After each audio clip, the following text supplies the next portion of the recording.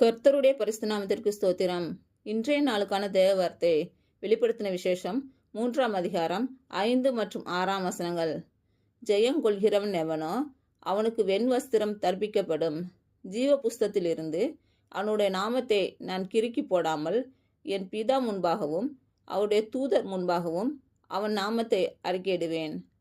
ஆவியானவர் சபைகளுக்கு சொல்கிறதை காதுள்ளவன் கேட்க கடவன். இன்று பிறந்த நாள் மற்றும் திருமண நாள் காணும் அனைவருக்கும் இயேசு கிறிஸ்துவின் நாமத்தினாலே வாழ்த்துக்கள். கர்த்தர் உங்கள் பலவீனங்களை மாற்றி உங்களுக்கு பலத்தை கட்டளையிடுவாராக. கர்த்தர் உங்களையும் உங்கள் பிள்ளைகளையும் உங்கள் பிள்ளைகளின் பிள்ளைகளையும் ஆசீர்வதிப்பாராக.